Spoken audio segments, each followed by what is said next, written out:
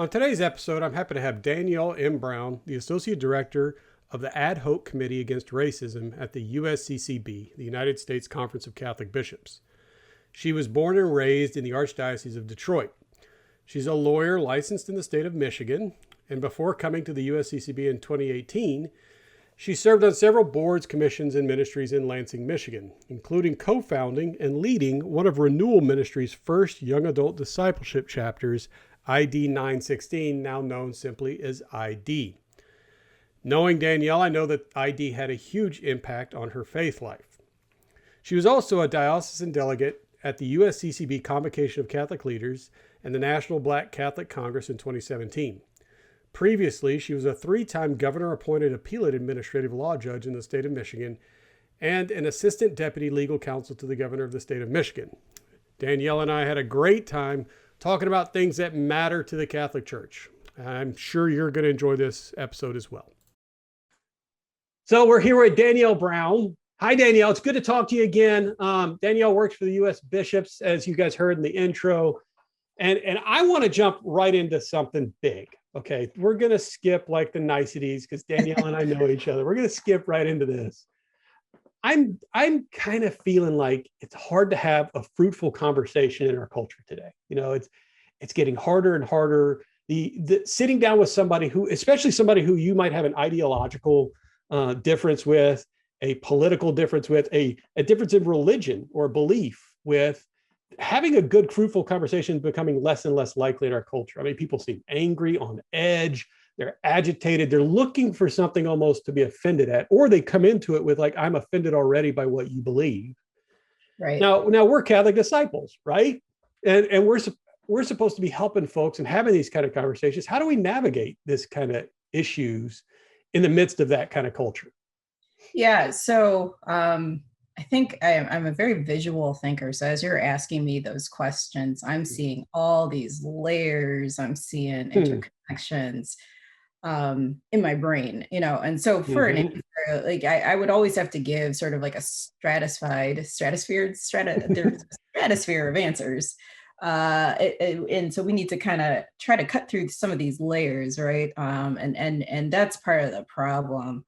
First of all, one thing that I really, really miss that my elementary school, God bless it, in Metro Detroit taught us very, very early is how to argue ideas, not people. And I remember explicitly, particularly in social studies classes, we would get into these heated arguments as like 7th and 8th graders, and my teachers were excellent. I had one in particular, Mr. Henry Cookie, may he rest in peace, they were excellent, but he was excellent at saying, okay, nope. What's the idea? Go ahead and attack, you know? And so we, pretty soon we start looking forward to this time period where we're just like a rabid group of dogs going after these ideas. Yeah. We were free to put those ideas forward because we knew that there would never be retribution on our persons. Maybe our ideas might be ripped to shreds, and that's embarrassing, but we were not going to be embarrassed or shamed as people. And so what I think folks right now have become expert as, and we've watched happen on major stages, whether they be political or academic, or even within the church, we have seen people, these ad hominem attacks, where people are just decimated. They are shamed sort of out of existence. And so I think because we are so hyper engaged in media and so hyper engaged in social media, our brains have been rewired to immediate anxiety, fear, shame. We don't have a default of calm. Like everybody's vagus nerve is inflamed. Everybody's. Yeah. And so, you know, unless we as individuals are willing to do the work that is incumbent upon somebody who is a slow, nuanced, and godly thinker, we will continue to repeat this mistake. And we are so caught up in sort of the herd behavior of just reactive. We are so reactive right now, Hmm. that I really think that a lot of folks get caught up in this inability to converse because we're too busy reacting, Mm. um, in a real sense, to whatever it is in front of us. So I think that that would be my diagnosis. Yeah. um how do we get past it? Yeah. It's not sexy. None of these answers are sexy. Yeah. The answer is you start with who's immediately in your life, and for me that's not always fun. Right? I'm Mm. single, so I'm not talking about a spouse here, but some of you out there might be like, how is your conversation with the people closest to you? And how able are you to, and I turn this mirror around, how able am I to find some time, if it's even possible, to speak to my coworkers and say, hey, I've seen this in the way that you come at this issue, and this in the way that you come at this issue. Can we just talk about it? Hmm. Because I think that there are some pieces that I wish were brought forward more, or maybe I bypass that conversation. Maybe we haven't gotten there yet, but I'm willing to, in the midst of our conversations as a team at work, say, well, what about this? And have we considered this? And have we dug far enough into the facts of the situation?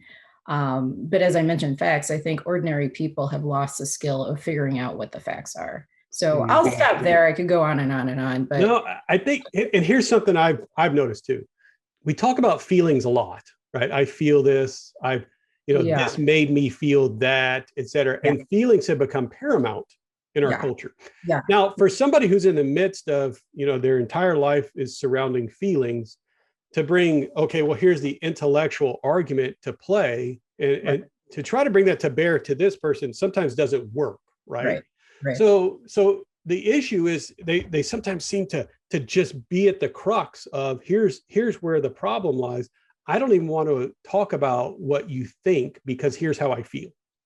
How yeah, do we, I mean, yeah, in that sense, yeah, it's kind of like I'm just having a reaction, right? I'm right, reacting. I don't want to think through this. right.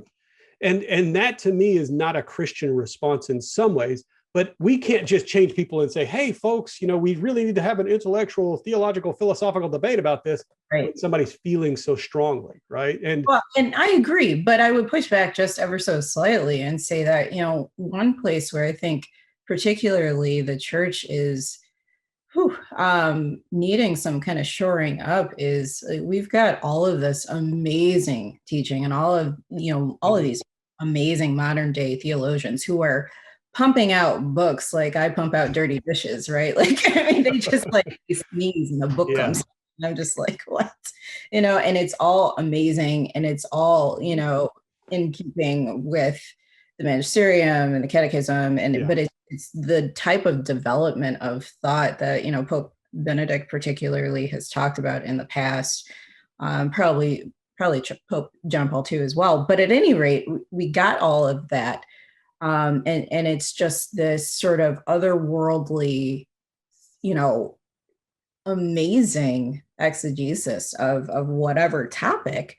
But the people who have access to that, the people who know about that, the people who are really drawing deeply on those wells of knowledge, sadly are either not out there evangelizing, sort of like a doctor who doesn't cure. You made that analogy not too long ago, yeah, like who doesn't evangelize, like a doctor who doesn't cure. yeah.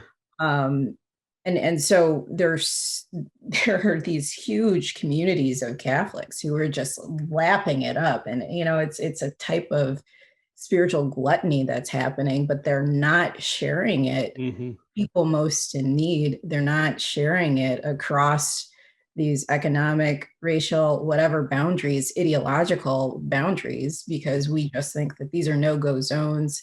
They're just not going to accept it. It's going to be futile. And oh, by the way, like, there is a bedrock of fear that Hmm. we're all dealing with. So all of these things are serving as terrible, terrible blockages. And the people who are ideologues, who are confronted with these people who are who are these, empaths, these sort of, they're not just empathic people Yeah.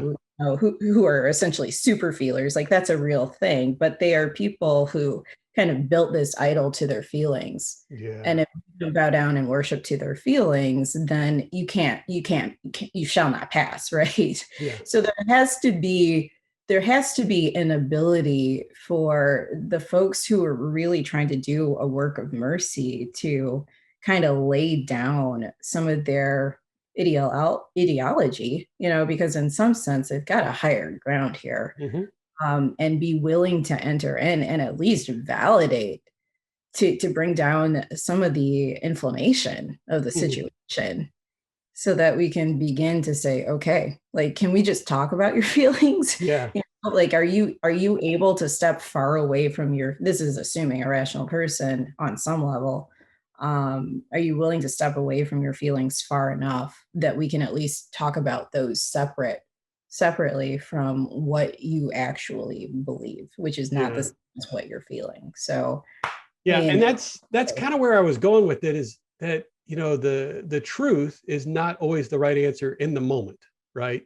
So even if we have a objective truth that transcends anything about us, right? And we're right, even if I'm right about, yeah, let's say, an issue of sexuality or morality. If I'm right and I bring that to bear in the wrong context, somebody who has this felt need or desire or emotional response, and I bring that to bear even if in kindness at the wrong time, it's not going to help them. And here's where I'm coming from is, as an evangelist, as a disciple of Jesus Christ, I have to be a little discerning as to when do I share the truth. Not do I share the truth because yes, I'm supposed to, right? But when do I share the truth? It's not like and I remember this time sitting at a cafeteria, and I tell this story quite frequently, but make it as short as possible. Beautiful young woman comes up to me and is like, "Hey, can I eat lunch with you?" She sits, I say, "Sure," thinking it's because I'm a good looking young guy. And she sits down and immediately says, Jesus is your personal Lord and Savior. Well, I wasn't even going to church at that time, right? So, was that so sort of like mid-bite? it was like, I tell people it's kind of like, the defensive Death Star shield, put it up. No, go away. She's crazy. Um, she didn't share that in the context of relationship, friendship, listening, compassion, love. She shared it as, I have to do this because it's something I feel obligated to do, and it's true. And it was true, right? Jesus was something I needed at that time. But when we share that in the context we shared in, makes a big difference. And so here's a next step. We're going to talk about something difficult for a lot of people to talk about, and that's racism. You work at the USCCB on issues surrounding racism, right? I mean, this is a very contentious issue because, again, we're looking at it in kind of this polarized culture, right? Tell us a little bit about this issue. Tell us about how you're tackling the issue at the USCCB level, and some of the barriers to actually having conversations around racism right now that exist. Yeah. So, lots of parts to that Yeah, question. I had like 7-part question there. Like, I'm originally a lawyer, but in court, I would object to that question Yeah, as I know. I being. was leading the witness too. Um, But yeah, so I'll start with sort of one of the most brass tax type aspects of that question, which is, what are some of the barriers? Because I think that's one of the most practical. And then you can back me out to some of the other questions if you want. But so we just look at numbers, and I think you probably know some of these numbers. It's probably part of your job to know some of these numbers, but so African Americans, for example, are right around African Americans slash people of African descent, right around 13% of the population in the United States, have been right around 13% for decades. We could talk about why. That's a whole nother conversation, theories on why. But at any rate, they make up between 2 and 3% of the Catholic Church in America. And so what we're looking at here is a Catholic Church where if you crowded us all into a room, just US Church, there's going to be a small table with your African American and African Catholics. Mm-hmm. Although I will say, folks from African nations here, when you find them, I mean, it's like a global celebration, Yeah. and there's typically thousands of them in major metropolises, thousands and thousands. But at any rate, so I think one thing that makes it hard to talk about this topic is depending on where you are, people are so prone to say, well, we don't have any of those people, or, I don't see any of those people at my parish, or they're not in my community, or and so there is just sort of this perception is reality thing sort of going on, depending again on where you are, so that people are dismissive of the topic and feel that they have a right to sort of opt out because they don't think that there are Black folks in their parish or in their parish boundaries that they should be concerned about, which is almost always not true. Almost always not true. Almost always there are people of color, whether they be African descent or Asian descent, whatever, in your parish boundaries, souls for whom your parish priest will be accountable for. Amen. Once he meets the Lord. So for us to not be concerned with the folks who pass our threshold is errant thinking, particularly if you have those duties as an evangelist in your parish boundaries. So the dismissiveness of the issue, sort of almost based on a market share analysis, is large in the church, and we have missed some of the basic precepts of the gospel. And I always point back to Acts, and I always point back to the end of the Gospel of Matthew, where we're supposed to go and make disciples of all nations. And we are too afraid of other people.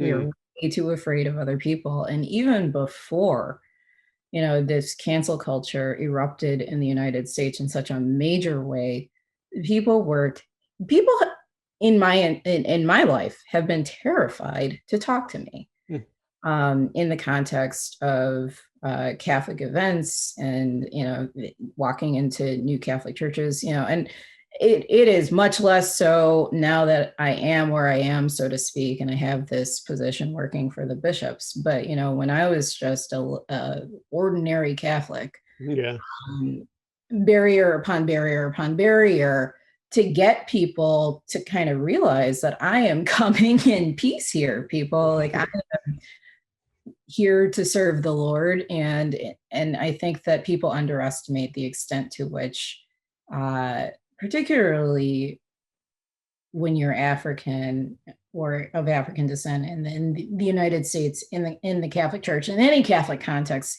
people underestimate the extent that we can really tell that you're super uncomfortable that I'm standing here and you're super nervous talking to me. Now, maybe you're nervous talking to other people, but if we're to everybody, right? So that's like an introversion issue. But I think if we're honest, we can all do a gut check and say, like, I'm just a little bit more nervous talking to these types of folk than I am talking to others.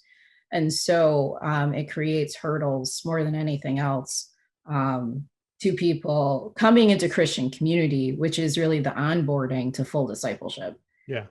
And so that's one of the biggest issues. And when we lose people regularly and have lost probably generations of African American and Catholics of African descent, just because you don't know how to be kind, you don't know how to be human in front of another human. This is so basic. Yeah. And people want to, rip down structures in society that may be racist. Like, we need to start ripping down the structures in our own hearts. That's really where the first step is, because if every Catholic who went to church on Sunday started ripping up the idols that they have to their own comfort in this area, it would be a game changer. Yeah, that, first of all, thank you. That's beautiful. I'm thinking about myself, right? You and I have become friends because we've had some honest conversations around some of this stuff, right? And you make it easy, though. Let me You know, because I'm not afraid of like, hey, I'll throw the hand grenade into the room and I'm going to ask the tough question or I'm going to make a tough statement that I think is true and you can deal with it, right? Here's the thing. I think there's a lot of white people who don't know people of color, black people. They just don't. And so they've never had experiences around having a black friend and having a conversation about what's your experience like. That's different than mine. And so I think what happens is they're threatened not by the person, but by the idea of the person. Would you agree with that? Yeah, I mean, I've never been white. Yeah. So, let's just get that out of the way. It's like I've never been black, so we can, we've got that in common. Shocking, I know. But yeah. So I don't know, but it's sort of like, I think if we're practicing Catholics, and have been practicing for some time, a lot of us have encountered people who are scared of the idea of religious life or scared of the idea of becoming a priest or whatever, and they don't really know what they're afraid of because they have neither been to a convent nor have, checked out, exploring. Don't even really know a priest is a friend. Right. Yeah. Exactly. It's that sort of thing. Like, don't know a nun or a religious sister. So we're just freaked out every time we see somebody who looks like maybe a man or a woman of the clock, because we're afraid of what that might mean if we come into relationship with somebody who may have something in common with us, who may spark something, who may, oh my goodness, be an instrument of the Holy Spirit, which is calling me to flip everything in my life and start serving him in a different way, and that's really what we're talking about. We're not just talking about challenging the views of one person. We are talking about challenging, oh my gosh, the way I was raised, my parents, my entire friend group, oh my gosh, my spouse, like, what would they say? So I think that there is a level of understanding of how deep this runs and how many sort of pieces of the puzzle may be connected to this one piece that I don't know any people of color. And man, going out of my way to try to find one might be just way too hard. But, just like everything else, what we focus on becomes larger, and if you ask the Lord to start opening your eyes to these things, man, will he do it? Yeah.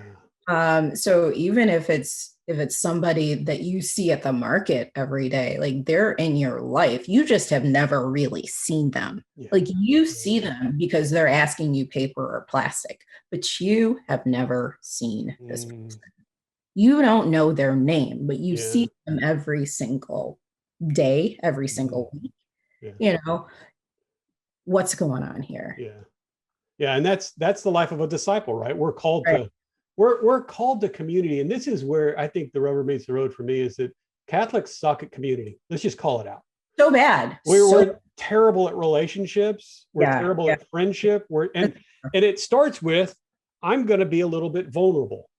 And weird, maybe weird. Yeah. And honest though, because if you're vulnerable, you're honest. Right. So let me speak a word of honesty here. Okay, I struggle with this. I'm not very good with that. I've never experienced this. Right. Saying something like that could sound a little weird. It could be, but it's vulnerable and it can open up a heart to a relationship that goes deeper, right? I mean, exactly. This is what Jesus did. Right. He didn't accept just, he had this conversation with the woman at the well where the power of having, this vulnerable conversation led to her conversion and then the entire town's conversion. Yeah. You saying that, so that's a really special story to me. And I went and went to the modern day well yesterday at one of our local markets and was literally filling up my jugs, Yeah. It's a thing because they're big, right? And I don't have to go spelunking in a well to do it, but it just kind of brought to mind even yesterday, if this were ancient times, I was literally the woman at the well yesterday. And it also brings to mind this idea that, first of all, like we used to have these common places that we would all have to go to, and it would force us into these conversations like the well. Mm-hmm. And we would know things culturally about when we arrived at the well, just because this is part of our culture. And so we are so fractured, and we are so independent, and we don't really need to leave our houses to go to the well. Not even really. Most of us Yeah. have indoor plumbing. We don't need to go to the well anymore, right? And so there are these really basic human things that used to sew us all together that we've lost. Second thing I want to bring up is, just maybe 3 or 4 weeks ago, I had a conversation with a diocesan director, who's in charge of a cluster of ministries, and the social justice ministry is one of them. And I can't remember what point I was trying to make. I'm sure it was something having to do with, oh, it was Christian community. And I was trying to make this argument that most racism is a basic failure in knowing what Christian community looks like, particularly in the church. That is the entire analysis. We don't know what it is.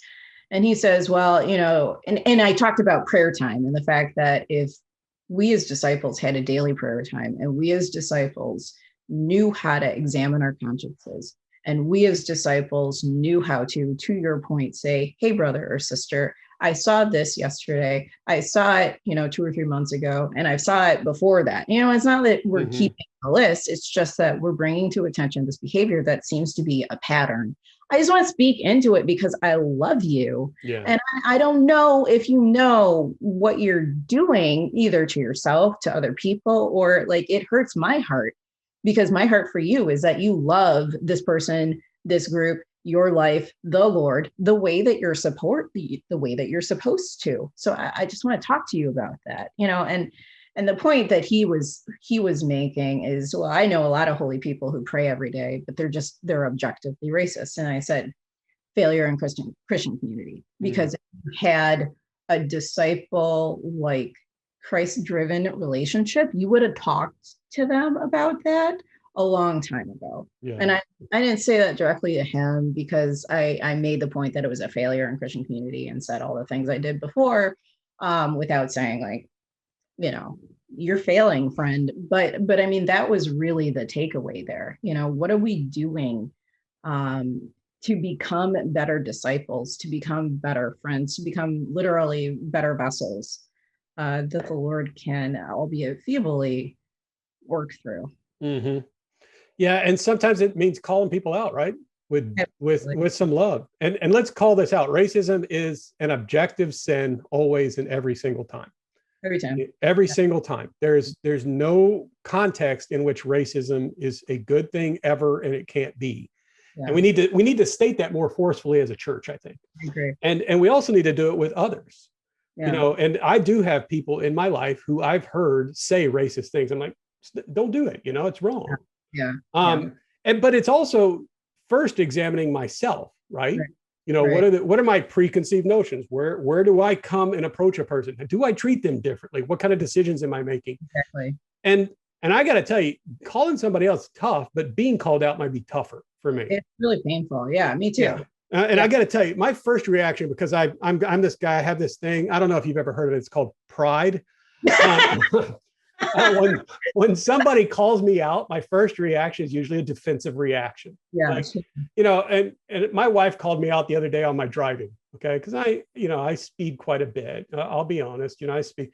And she was speeding, and I was kind of like, oh, now you're speeding. And she's like, but I don't speed as much as you. And we're having like a who's sinning less kind of conversation, and my immediate reaction is, oh yeah, now you're joining me. Now we're all hypocrites.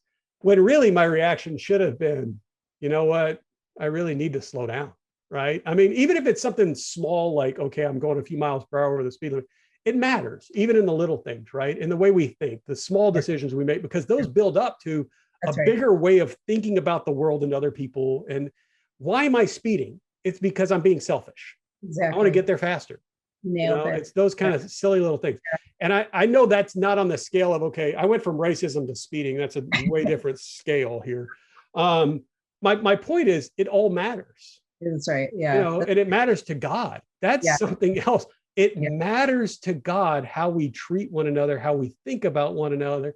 Right. And if we're actually doing what he says, which is love one another as I've loved you. Yeah.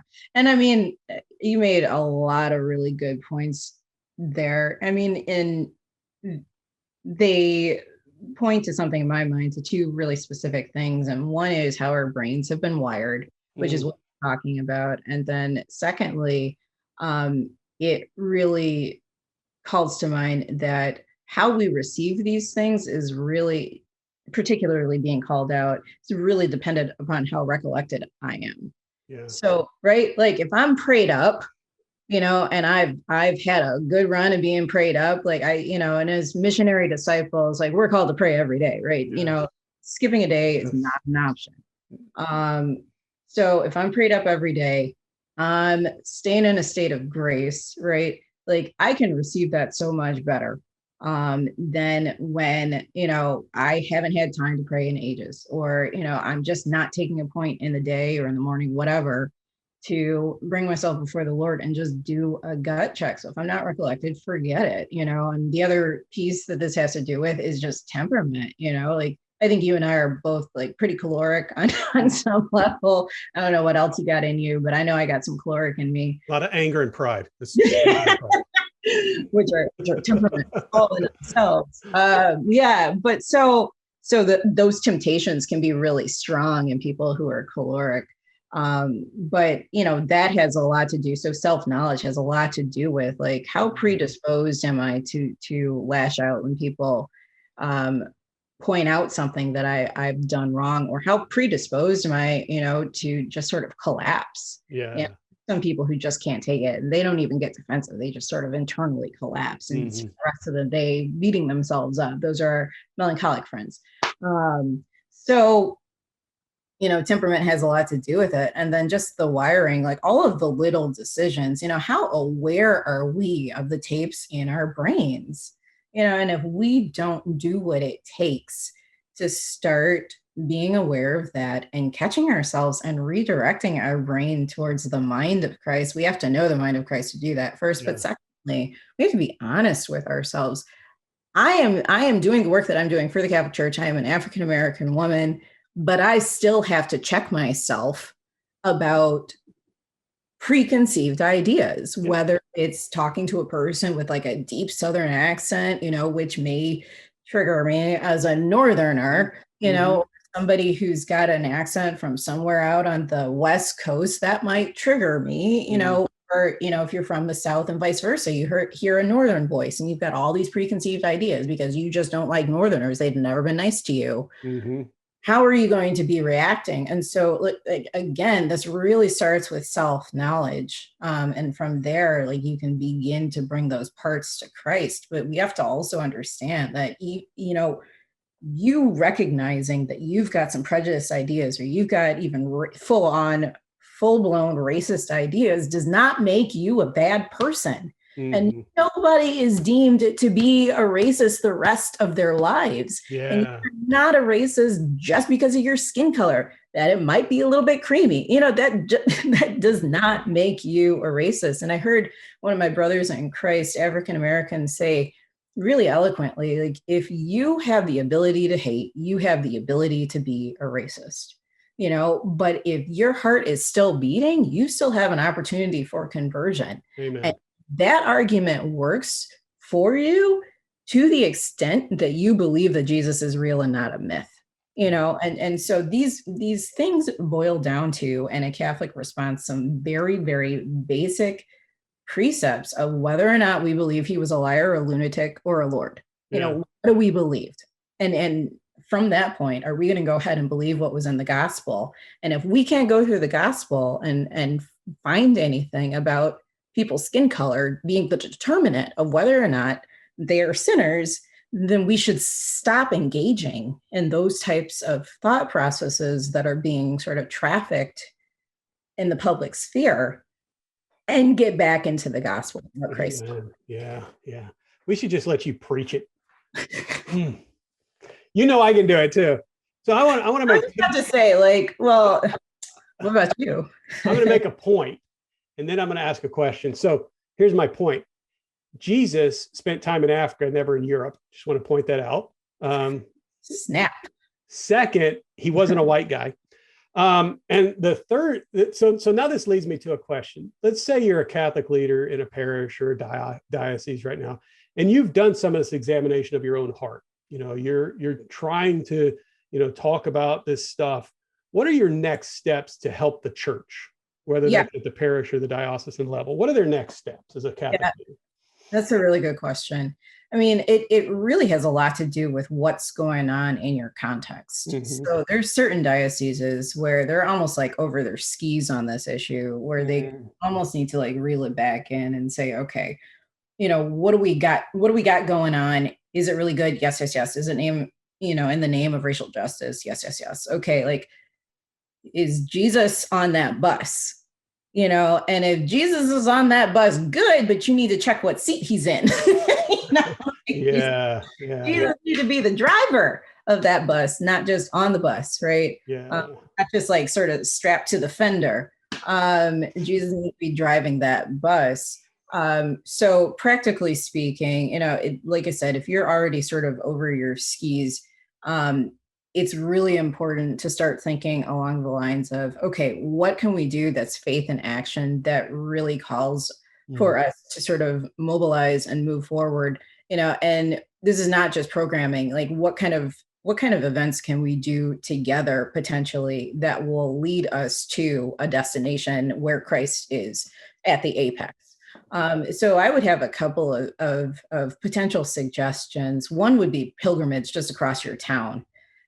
So point to point, if you live in one of these cities with super historical churches, you Mm-hmm. pick a church maybe that St. Catherine of Drexel founded, or where, orders who particularly serve communities of color, set up convents, etc., and do a pilgrimage either to or from that place, starting at a park or ideally at another Catholic church. So you're kind of bridging the gaps. I Mm-hmm. know plenty of places who, particularly in Omaha, there's only one Black Catholic church. I think in Omaha, the Black Catholic Church is the only one between that state and Iowa. So I hope I'm getting my geography correct here. But Mm-hmm. at any rate, they did an event between themselves and a neighbor. I want to say it was a cathedral. Don't quote me on that, but a neighboring parish where originally when Black folks came out to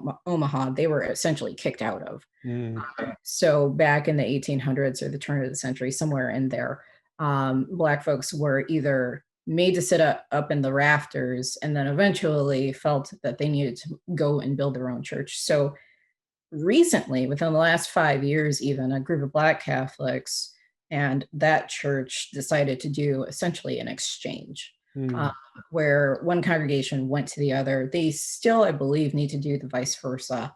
But it's a really great example of there's some historical baggage here, which almost every town has as it relates to the Catholic Church.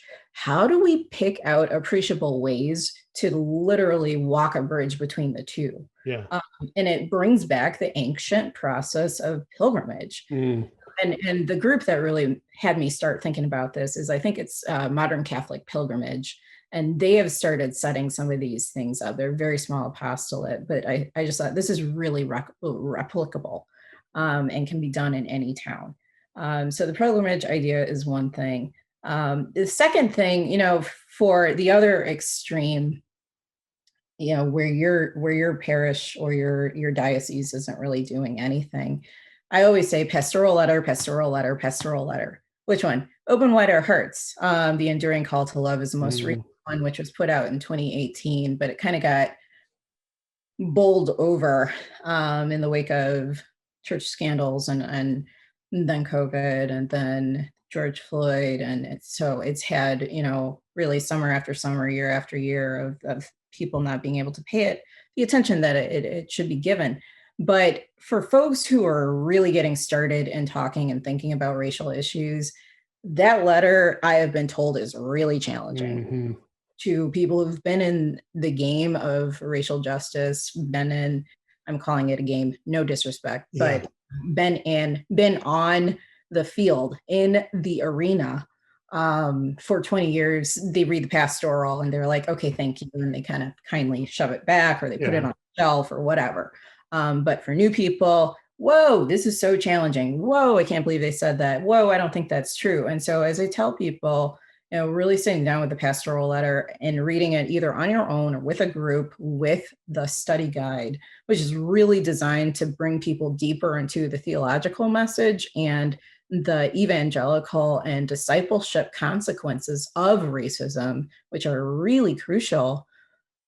And the most important failure, I think, that we as a Catholic Church have really realized, all of these things are exposed in and through the study guide to Open Wide Our Hearts. So starting with a group reading of the letter is key. And then again, many cities and towns have cultural places of attraction, whether they be a museum or a historical church, that they could organize group visits to. And you could do that virtually even. So there's a lot that can be done here. And I'm not going to tell people to stay away from sort of the pop culture books on racism, but I think that it really takes a very well-formed Catholic to be able to read these books and be able to say, okay, these are thought-provoking, but what's the Catholic lens for this? Mm-hmm. And if I had enough time and if I had enough bandwidth, I would take these pop culture books and make, sort of Catholic reading guides. Say, like, here's the errant thinking, here's the errant sort of distillation of ideas about who the human person is. Because again, another bedrock issue here is that we do not understand basic human anthropology. Yeah, that's true. And so it's very, very theology of the body, and in some groups you say that and they're like, oh, she's a conservative. We can't, and I'm just like, okay, the theology of the body, like some of these precepts, social justice, these things should not be conservative or liberal issues. Like, this is crazy. It's a Christian issue. It's a Christian issue. Yeah. So anyway, I could go on and on and on. So I don't know if you had. Well, here, let me point us in this direction. So let's say there's a Catholic leader listening to this and they're going, you know what? I think racism is wrong. I agree with most of what you two people are saying. The bald guy, not as much. But what has this got to do with evangelization and discipleship? What does having these difficult conversations have to do with that? What does racism and trying to tackle this issue have to do with evangelization and discipleship? How do you answer them?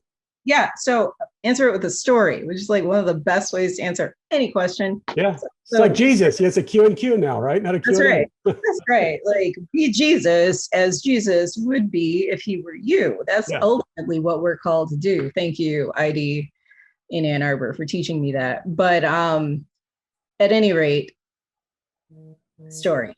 I am the product of a mixed marriage. Mm-hmm. What does that mean, Catholics? That means that one of my parents was not Catholic when they got married. Yeah, I know. Everybody immediately went to black and white, right? Right. Like, I don't know. She looks pretty chocolatey to me. But anyway, so here's the story on that. On my mother's side, my mother was a cradle Catholic, and my dad, my grandfather, who was the son of his grandfather was a slave. So let me get this right. But that family was Catholic for generations. His father lost his wife. So my great grandmother died on that side after my grandfather was baptized Catholic. He had 14 brothers and sisters, and the family fell away from the faith because the mom was the one who was going to carry it on in that line. My grandfather grows up looking quite literally like Joe Louis, got mistaken for him all the time, and got drafted, went to the Navy in World War II. On his submarine, there was a Catholic priest who treated him well and ministered to him. And my grandfather obviously survived.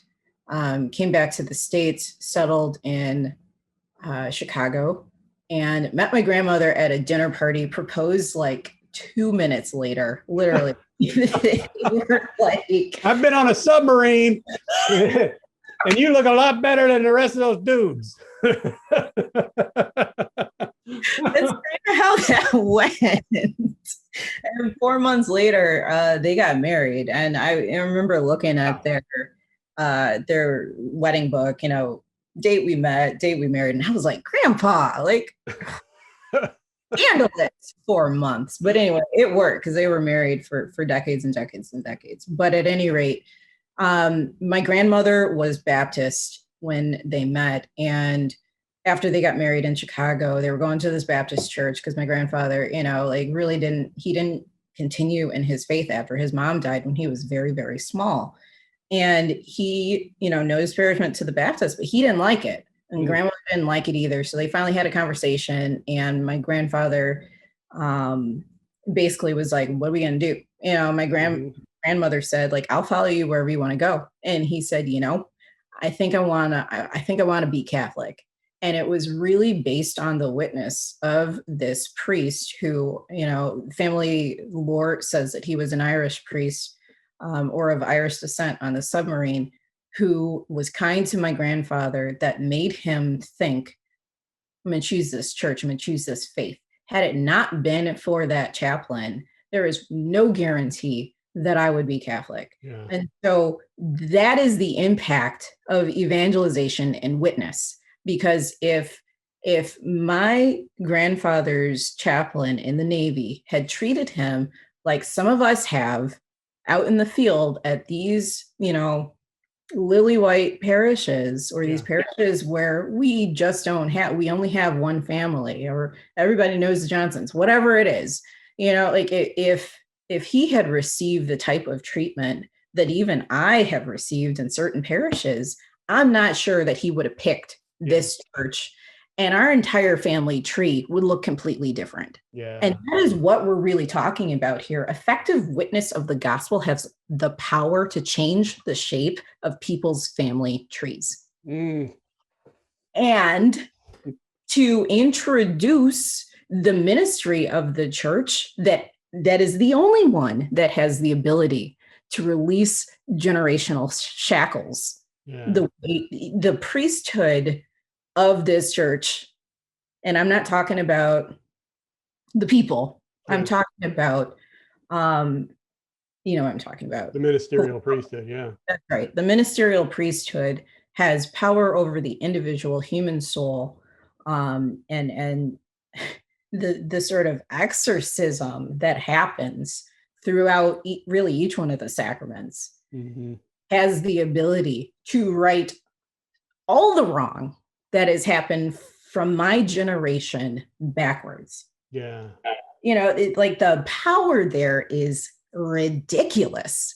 But do we harness it? Do we believe it? Do we even know? Yeah. Well, that's the effect. Yeah. Of evangelization and catechesis as it relates to racism. Yeah. Yeah. Beautiful. Thank you for sharing that. And thank you for your time today. We're going to have to do this again. We only got, I sent Danielle some questions. I said, these might come up. I think we got through like half of them. So we're going to have to revisit this conversation at some point. But if folks who are listening wanted to learn more about, what's going on with the USCCB and on these issues, or wanted some resources, where would you point them? Sure. So first of all, if you're at a parish, call your diocese first. Okay. Because a lot of the parishes and the diocese, they're not always in conversation, and so you might be, especially if you're a layperson kind of cowboying up and you found Marcel on your own, make sure that you're making contact with your diocese so that before you kind of go off, sort of half-cocked, being like, we don't have anything going on, that there isn't something already going on that maybe just wasn't advertised well or didn't get to you. Talk to your parish priest kindly, with an open heart, honor thy father, So that's a hard one. Like, It is. I got waxed over that a couple months ago in confession. But anyway, so there's that. That's like absolutely first step. Secondly, go to your USCCB website /racism. There are a ton of resources there. Mhm. They don't get updated as much as I would like, but we have just been under the gun the last 3 years, and I'm hoping to Yeah. have more bandwidth going forward. But there's so much there that you could just camp out there. There's resources for parishes, for school kids, really K through 12. There's activities. There are letters going back to like 1943 from the bishops that you can read. Mm. All sorts of links and information so that you can just start rewiring your brain so that it is Catholic on this issue. Yeah. Yeah. All right, Danielle. We really appreciate it. And God Sure. bless you and your ministry. Do.